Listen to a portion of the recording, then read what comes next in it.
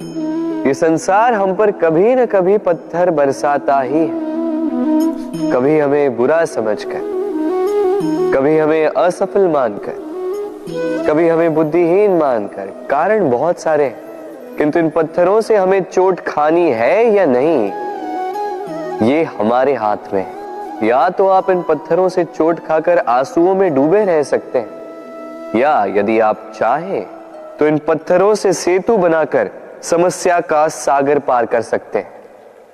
निर्णय आपका। ये पत्थर प्रतीक है हमारी निंदा का, हमारी आलोचना का। जो इस आलोचना को नकारात्मक ले गया वो केवल कष्ट ही पाएगा, और जिसने इस आलोचना को विकास का आधार बना लिया वो सफलता के शिखर चढ़ेगा। इसलिए स्मरण रखिएगा, आलोचना आपका शत्रु नहीं, आपका सबसे बड़ा मित्र है। राधे राधे। कभी कभी हम अपने माता पिता से कितने क्रोधित रहते हैं। सोचते हैं कि उनका ध्यान हमारी ओर है ही नहीं, सोचते हैं कि उनके लिए हमारा कोई अस्तित्व ही नहीं, उनसे रुष्ट हो जाते हैं। किंतु क्या कभी आपने अनुभव किया है, हमारी आंखों से हमें हमारी नाक कभी दिखाई नहीं देती, क्योंकि वो आंखों के बहुत ही निकट है, आंखों के मध्य में। किंतु जब कोई मुख पर प्रहार करे, हाथ सबसे पहले नाक के क्षेत्र को ही ढक लेते हैं। माता पिता भी कुछ ऐसे ही होते हैं, आपकी भलाई के लिए, आपकी सुरक्षा के लिए सदा तत्पर रहते हैं। इसलिए उनके प्रेम को कभी मत आंकिए। आवश्यक नहीं कि उनका प्रेम आपको हर बार स्पष्ट रूप से दिखाई दे, क्योंकि ये ऐसा प्रेम है जो निरंतर आपके साथ ढाल बनकर आपकी रक्षा करेगा। राधे राधे। हम सब समय की महत्ता को पहचानते हैं। समय ही हमें बनाता है, समय ही हमें नष्ट कर देता है। कभी समय ठीक चलता है तो कभी बहुत ही खराब समय आता है। विचित्र बात यह है कि हम फिर भी समय को ही नष्ट करते हैं। स्मरण रखिएगा, समय केवल जाता है, कभी आता नहीं। इसलिए समय की प्रतीक्षा में समय व्यर्थ ना करें। जो भी करना है आज अभी इसी क्षण प्रारंभ करें।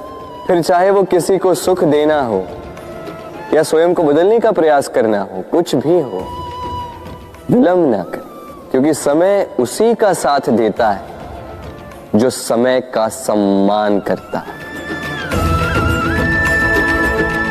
राधे राधे। मीठा पानी सबको भाता है, परंतु खारा पानी किसी को नहीं भाता।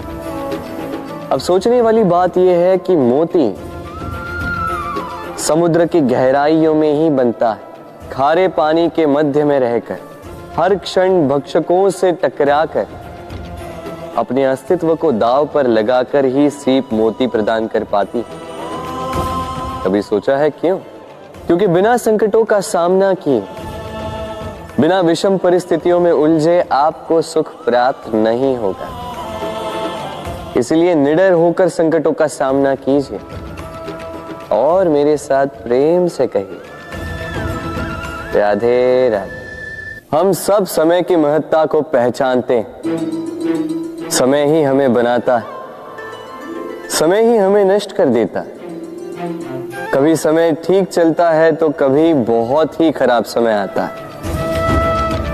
विचित्र बात यह है कि हम फिर भी समय को ही नष्ट करते हैं। स्मरण रखिएगा, समय केवल जाता है, कभी आता नहीं। इसलिए समय की प्रतीक्षा में समय व्यर्थ ना करें। जो भी करना है आज अभी इसी क्षण प्रारंभ करें। फिर चाहे वो किसी को सुख देना हो या स्वयं को बदलने का प्रयास करना हो, कुछ भी हो, विलंब ना करें, क्योंकि समय उसी का साथ देता है जो समय का सम्मान करता है। राधे राधे। कहते हैं सबकी सीमा होती है, कठिनाइयों की, पीड़ा की, संकट की, अंधकार की भी। यदि किसी की सीमा नहीं होती तो केवल कड़े परिश्रम की। आपने देखा तो होगा, रात कितनी भी काली हो, सितारे परिश्रम से उससे लड़ते रहते और अंत में सवेरा आ ही जाता। आंधियां पंछियों के बसेरे को तहस नहस कर देती, किंतु पंछियां अपने परिश्रम से उसे पुनः बना ही लेती, क्योंकि सीमित को असीमित से हारना पड़ता और परिश्रम असीमित। राधे राधे। बहती नदियां कितनी सुंदर होती हैं, पावन होती हैं। जहां से जाती है वहां एक नया जीवन प्रदान करती, धरा को सींचती, अकाल को दूर रखती, और कदाचित इसीलिए नदी को मां समान पूजा जाता है। किंतु क्या कभी आपने सोचा है कि नदी जन्म कैसे लेती है? क्या ये प्रारंभ से ही इतनी विशाल और वेगवती होती है? नहीं, वर्षा की छोटी छोटी बूंदें गिरकर मिलती एक सूक्ष्म धारा बनाती। ये धारा पर्वतों के हिम को काटते हुए, स्वयं में पिघलाते हुए जल प्रपातों से गिरती, चट्टानों से टकराती और फिर जाके नदी बनती। इसी प्रकार ऐसे ही सीधे सीधे कोई महान नहीं बन जाता। छोटे छोटे प्रयास मिलकर एक विशाल व्यक्तित्व बनाते। इसलिए जीवन में प्रयास करते रहिए, अस्तित्व अपने आप ही बन जाए। राधे राधे।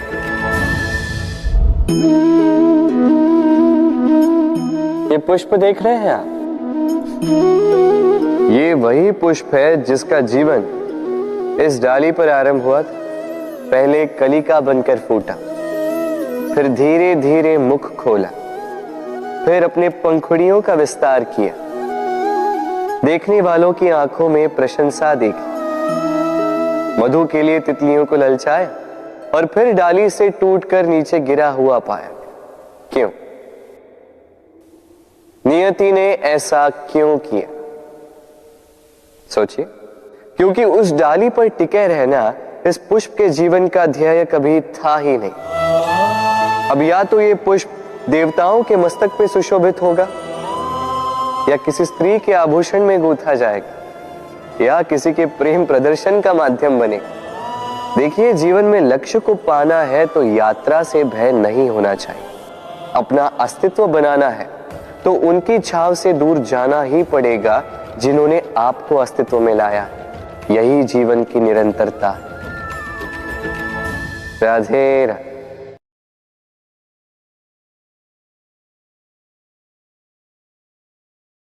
होता है, सागर का जल खारा होता है और किसी नाले का जल दुर्गंध से भरा। क्यों? नदी का जल मीठा होता है क्योंकि वो सबको जल देती है। सागर जल लेता है, इसीलिए खारा होता है। और नाला, उसका बहना रुक जाता है और इसी कारण से वो दुर्गंधपूर्ण हो जाता है, किसी काम का नहीं रहता। हमारे जीवन में भी कुछ ऐसा ही होता है। यदि नदी की भांति जीवन में कुछ देना सीखो तो जीवन में मिठास बनी रहेगी। यदि सागर की भांति बांटने के स्थान पर केवल संचय करते रहो तो मन में खटास बढ़ती रहेगी। और यदि नाले की भांति बहना छोड़ दो, कर्म करना छोड़ दो तो किसी काम के नहीं रहोगे। इसलिए बिना किसी विराम के कर्म करते रहो और जो कुछ भी आपके पास है उसे बांटना सीखो। मन प्रसन्न होकर बोलेगा, राधे राधे। मनुष्य में एक बड़ा ही विशेष गुण पाया जाता है, मूल्यांकन करना। क्या महंगा है, क्या सस्ता है। जिसे खरीदने के लिए अधिक धन लगे, अधिक परिश्रम लगे, वो महंगा। जिसे खरीदने के लिए कम धन, कम परिश्रम लगे, वो सस्ता। परंतु क्या यही पूर्णतः सत्य है?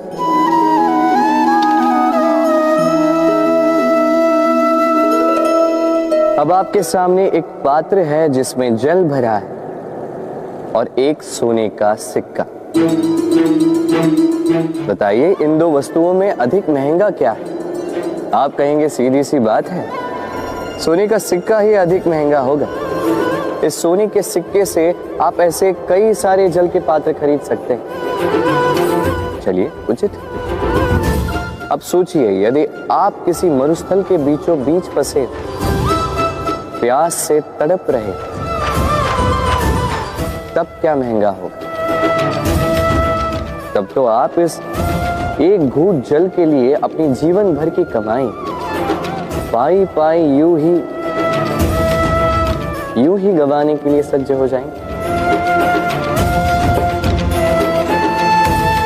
स्मरण रखिएगा, जीवन में महंगी या सस्ती वस्तु नहीं, परिस्थिति होती, और आवश्यकता पड़ने पर जो काम आ, उससे अमूल्य इस संसार में और कुछ भी नहीं। राधे राधे। ये है सुई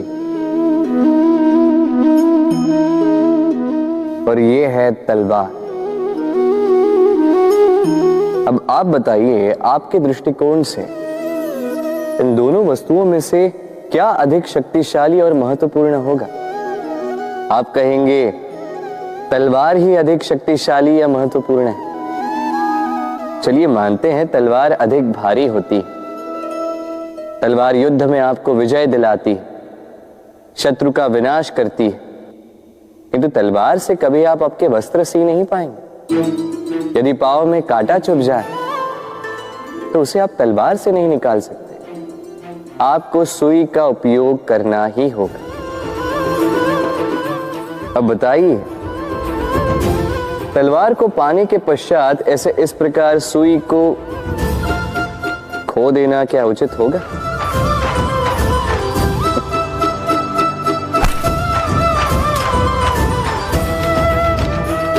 इसी प्रकार जीवन में संपन्न मित्र पाने के पश्चात आपके उन मित्रों को ना खोइए जो कम संपन्न हो, दरिद्र हो, क्योंकि वो आपके साथ तब थे जब आप कुछ भी नहीं थे, और आवश्यकता पड़ने पर वही आपके काम आने वाले हैं, संपन्न मित्र नहीं। तो जिससे प्रीत की है उससे मीत निभाई, चित आनंद से जागे। राधे राधे। कुछ बनाने के विज्ञान में पहले टूटने का ज्ञान आवश्यक है था। नई सोच बनाने के लिए पुरानी रीतियों को तोड़ना आवश्यक है। ये यात्रा, ये सीख केवल राधा के लिए नहीं बल्कि सभी के लिए। फिर सभी को इस दुर्गम और जटिल पथ से जाना ही होगा। मनुष्य भावनाओं में बहकर कभी कभी ऐसे अनुचित निर्णय ले लेता है जिसके कारण वो जीवन भर पश्चाताप करता है, किंतु जब कुछ खो कर पाता है उसे वो सहेज कर रखता है। बबूल का पेड़ कितना विशाल होता है, पीपल का पेड़ भी विशाल होता है, किंतु क्या आपने कभी सोचा है क्यों बबूल के पेड़ को काट के उसका उपयोग किया जाता है और क्यों पीपल के पेड़ को पूजा जाता है? इसलिए क्योंकि पीपल का पेड़ उसके नीचे बैठे पथिक को छाया देता है, अपनी डाली पर असंख्य पंछियों को बसेरा देता है, किसी को कांटे चुभाकर दूर नहीं करता बल्कि उसे शीतल छाया देकर उसकी थकान हर लेता। इस संसार में यदि आपको सम्मान पाना है तो पीपल की भांति ही बनना होगा। कुछ देना सीख, आनंद, सुख, शीतलता बांटना सीखो, और कांटों की भांति कभी किसी को कष्ट ना दो। सम्मान स्वयं चल के आपके पास आएगा और मन प्रसन्न होकर बोलेगा, राधे राधे। हम सब ये मानते हैं कि हमें जीवन में कभी न कभी किसी न किसी स्थान पर प्रेम होता ही, फिर चाहे वो माता पिता को संतान से हो, ज्ञानी को ज्ञान से हो, किसी कलाकार को कला से हो, आदि इत्यादि। किंतु क्या वास्तव में ये प्रेम ही है? मोह भी तो हो सकता है। अब आप पूछेंगे कि प्रेम और मोह में अंतर क्या? अंतर है बंधन का, जो आपको बांधे वो मोह है, प्रेम में। प्रेम वो जो आपको मुक्त कर विकास की ओर भेजे। चलो आपको एक उदाहरण देता हूं। कुछ माता पिता अपनी संतान को किसी अन्य नगर में पढ़ने के लिए भेज नहीं पाते, अपनी संतान को उसके मित्रों के साथ खेलने के लिए भेज नहीं पाते, चिंतित रहते हैं कि कहीं उनकी संतान को पीड़ा ना पहुंचे, और इसीलिए उसे बांध के रखते हैं। ये प्रेम नहीं है, ये मोह है। क्योंकि यदि ये प्रेम होता तो वो चाहते कि संतान माता पिता की छांव से बाहर निकलकर इस संसार को देखे, उसे समझे, उसे ज्ञान ले, अपनी अनुभवों से सीखकर अपना स्वयं का एक व्यक्तित्व बनाए।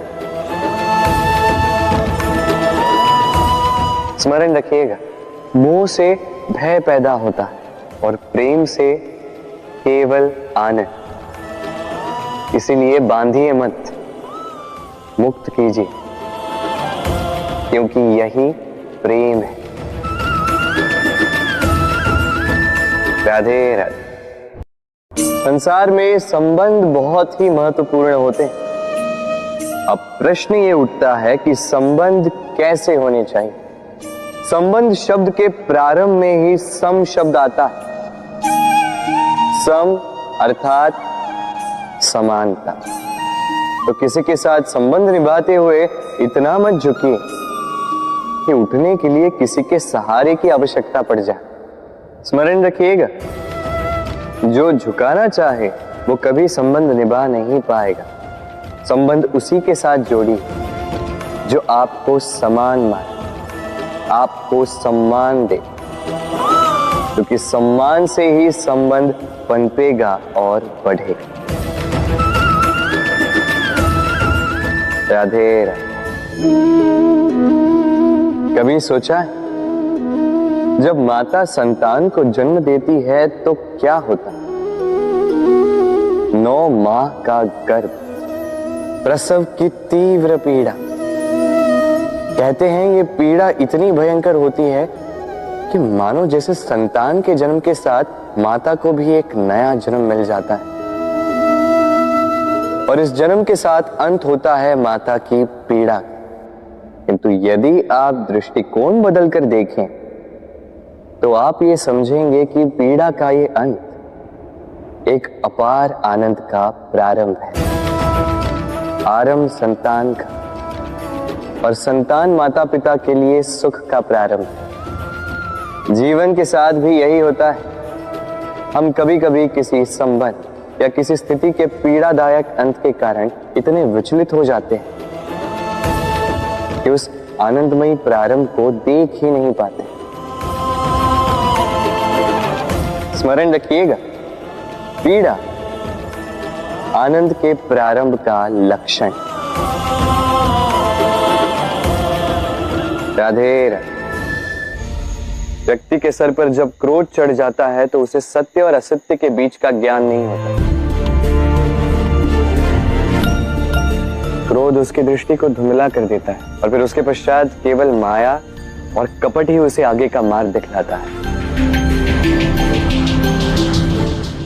अपने स्वार्थ की सिद्धि के लिए। अग्नि क्या करती है? जलाती है। फिर चाहे वो लकड़ी हो, कोयला हो, वस्त्र हो, जो भी आप अग्नि में डालोगे वो भस्म हो जाएगा। किंतु सोना, यदि आप सोने को अग्नि में डालोगे तो वो कुंदन बनकर अपना अस्तित्व निखार लेता है।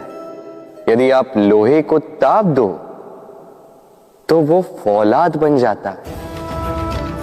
क्यों क्यों होता है ऐसा? क्योंकि उनके भीतर की अग्नि उनको जलाने वाली अग्नि से अधिक तीक्ष्ण होती। ये अग्नि है निश्चय की, ये अग्नि है पवित्रता की। यदि आपका निश्चय दृढ़ हो, आपके विचार पावन हो, तो कुंदन बनकर निकलोगे, फौलाद बनकर निखरोगे, भीतर से बल पाओगे और कोई आपके साथ अनिष्ट नहीं कर पाएगा। राधे राधे। व्यक्ति का जीवन क्या है? अब आप कहेंगे जन्म और मृत्यु के बीच का समय। और मृत्यु कब होती है? जब व्यक्ति श्वास लेना छोड़ दे, हाथ पांव चलाना छोड़ दे, सोचना छोड़ दे। ऐसा नहीं। देखिए, जल की मृत्यु तब नहीं होती जब वो सूख जाती। जल की मृत्यु तब होती है जब वो प्यास बुझाना बंद कर देती है। सूर्य की मृत्यु तब नहीं होती जब उस पर ग्रहण लग जाए या जब सूर्यास्त हो जाए। सूर्य की मृत्यु तब होती है जब वो भविष्य में इस संसार के जीवों को प्रकाश की आशा देना छोड़ दे। उसी प्रकार मनुष्य का अंत, उसकी मृत्यु तब होती है जब उसके भीतर की करुणा का अंत हो जाए। करुणा वो भाव है जो मनुष्य को मनुष्य बनाए रखती है, जो एक मनुष्य को किसी और मनुष्य का कष्ट, उसकी आवश्यकता का अनुभव कराती है, जो उसे बल देती है किसी और की सहायता करने के लिए, उसे पात्र बनाती है इस सृष्टि का नियंता बनने के लिए। देखिए, इस संसार में मृत्यु केवल एक बार होती, तो उससे पूर्व क्यों मरना? इस करुणा को क्यों मारना? स्वयं को मनुष्य बनाए रखिए, मृत्यु के पश्चात भी जीवित रहेंगे। राधे राधे। नवरात्रि का पर्व आरंभ हो चुका है और ये पर्व अत्यंत भव्य है, क्योंकि ये पर्व जगत माता से जुड़ा है। मां कितना छोटा सा शब्द है, किंतु ठीक से देखो तो समस्त संसार इसी शब्द में समा है। मां जो अपनी संतान के लिए हर संभव प्रयास करती है, कुछ भी करने के लिए सज्ज रहती है। मां जिसका सबसे बड़ा गुण निश्चलता, मन में ना कोई पूर्वाग्रह, ना कोई भेदभाव, ना कोई छल कपट, और इतनी भोली होती है मां। संतान भले ही झूठा रो दे, मां को लगता है कि कदाचित वास्तव में भूख लगी होगी। मां चाहे जन्म देने वाली हो, चाहे पालने वाली, स्वर्ग, ये स्वर्ग हमें मां के चरणों के नीचे ही प्राप्त होता है। इसी मां को हमारा शत शत प्रणाम। राधे राधे। सहनशीलता मां का दूसरा सबसे बड़ा गुण। कहते हैं कि धरती से अधिक सहनशील और कोई नहीं। उसे खोदने के पश्चात भी धरती हमें फसल देती है, किंतु मां, ये मां धरती से कम सहनशील नहीं। तनिक सोचिए, 9 माह तक संतान को अपनी कोख में रखना, क्या ये सहनशीलता कोई पुरुष दिखा सकता? क्या ये सहनशीलता कोई पिता दिखा सकता है? स्त्री में शील भले, सहनशीलता की परिभाषा उसे मां बनने के पश्चात प्राप्त होती है। स्वयं का अस्तित्व भुलाकर संतान का अस्तित्व बनाती है। शिशु की लात खाकर भी आनंद से उसे दूध पिलाती है। ये होती है मां, और इसी मां जननी को हमारा शत शत प्रणाम। राधे राधे। मां का एक और सबसे महान गुण स्वयं को ढालने की अद्भुत शक्ति। जिस प्रकार एक मां स्वयं को ढाल सकती है और कोई नहीं कर सकता। मां एक महानदी की भांति है जिसकी ऊर्जा असीमित है किंतु अहंकार बिल्कुल नहीं। जिस प्रकार एक नदी ढलान के अनुरूप मुड़ जाती है, उसी प्रकार एक मां अपने संतान के अनुरूप ढल जाती है, चाहे जैसी भी परिस्थिति हो। उसके सोने के समय के अनुरूप स्वयं का सोना, उसके जागने के समय के अनुरूप स्वयं का जगना। संतान की इच्छा का भोजन वो स्वयं का मनपसंद भोजन बना लेती। ये मां का आंचल ही तो है जो धूप में छाप बनकर आता है, जो शीत में कंबल बनकर आता है। मां ऐसी होती है कि संतान की निद्रा ना टूटे, इसलिए एक करवट सोने का अभ्यास कर लेती और इतना स्वयं को केवल वही ढाल सकती है जो संतान की ढाल बन सकती। इसी मां को हमारा शत शत नमन। राधे राधे। मां के दो और सबसे महान गुण, साहस और संबल। साहस ये कि वो अपने संतान के लिए कुछ भी कर सकती है, और संबल ये कि वो अपनी संतान को कभी टूटने बिखरने नहीं देगी। तनिक सोचिए, जब भी आपको चोट लगती है, चीख से पूर्व मां का नाम मुख में क्यों आता है? तनिक सोचिए, जब आपको बल की आवश्यकता होती है, साहस की आवश्यकता होती है, आगे आप अपना मार्ग देख रहे हैं जो अत्यंत कठिन प्रतीत हो रहा है, तब मुख से मां की ही शपथ क्यों निकलती? क्योंकि मां ही है जो हमें साहस देती है, मां ही है जो हमें सहारा देती है। मां जानती है कैसे हमारी उंगली पकड़ के हमें चलना सिखाना है। मां ये भी जानती है कि कैसे कान पकड़ के हमें उचित मार्ग पर लाना है। इसी साहसी मां को हमारा शत शत नमन। राधे राधे। कभी आपने सुना है हिरणी सिंह से बचने के स्थान पर उससे जाके लड़ पड़ी? हिरणी ने सिंह पर आक्रमण कर दिया। कभी सुना है? कभी नहीं। किंतु ऐसा हो सकता है, ऐसा होता भी है, और ये होता तब है जब हिरणी के शावक संकट में हो। जब उन्हें सिंह से प्राणों का संकट हो, तब हिरणी भी आके सिंह से लड़ पड़ती है, उससे भिड़ पड़ती है, क्योंकि वो मां है और मां अपनी संतान के लिए कुछ भी कर सकती है। ये ममता है, ये जितनी कोमल हो सकती है उतनी ही कठोर भी हो सकती है, और अपनी संतान के हित के लिए वो क्रोध की पराकाष्ठा पार करते हुए अपनी संतान की सुरक्षा करके ही रहेगी। और इसीलिए तो मां संतान के जीवन की सबसे बड़ी ढाल कहलाती है। इसी मां को हमारा शत शत नमन। राधे राधे। करुणा, करुणा वो भाव है जिससे संसार के सारे भाव जन्म लेते हैं, और ये समस्त संसार ये मां से जन्म लेता है। मां वो व्यक्ति है जो करुणा का सागर है। संतान को देखकर ही समझ जाती है कि उसकी विडंबना क्या है, उसकी आवश्यकता क्या है। संतान के नेत्रों में यदि अश्रु दिखे, वो देखकर ही समझ जाती है कि उसके शरीर के कौन से भाग में उसे चोट लगी है। संतान के बिना कहे मां समझ जाती है कि आज भोजन में संतान क्या खाएगी। ये होती है मां। मां करुणा का सबसे बड़ा रूप है।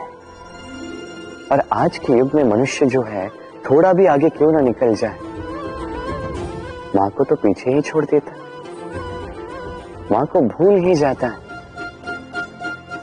ये भूल आप कभी ना करें, कभी ना करें, क्योंकि मां वो करुणा है जो यदि आपके जीवन से चली गई, उसके पश्चात आप जीवन अवश्य जिएंगे,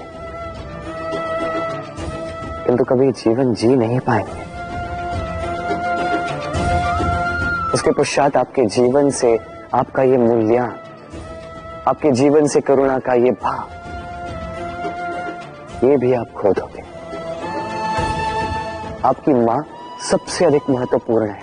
यदि मां को खो दिया तो समझ लीजिए सब कुछ खो दिया। इसलिए मां को सदैव स्मरण रखिए, सदैव उसे प्रेम दीजिए और मेरे साथ कहें राधे राधे। आज विजयदशमी, वो दिन है जब श्री राम ने रावण का वध किया। वो दिन है जब श्री राम ने लंका पर विजय प्राप्त की। लोग कहते हैं कि ये अच्छाई की बुराई पर विजय का प्रतीक है। इसे देखने का एक और रूप भी है। जी हां, ये प्रेम के विजय का भी प्रतीक है। ये परिवार के विजय का भी प्रतीक है।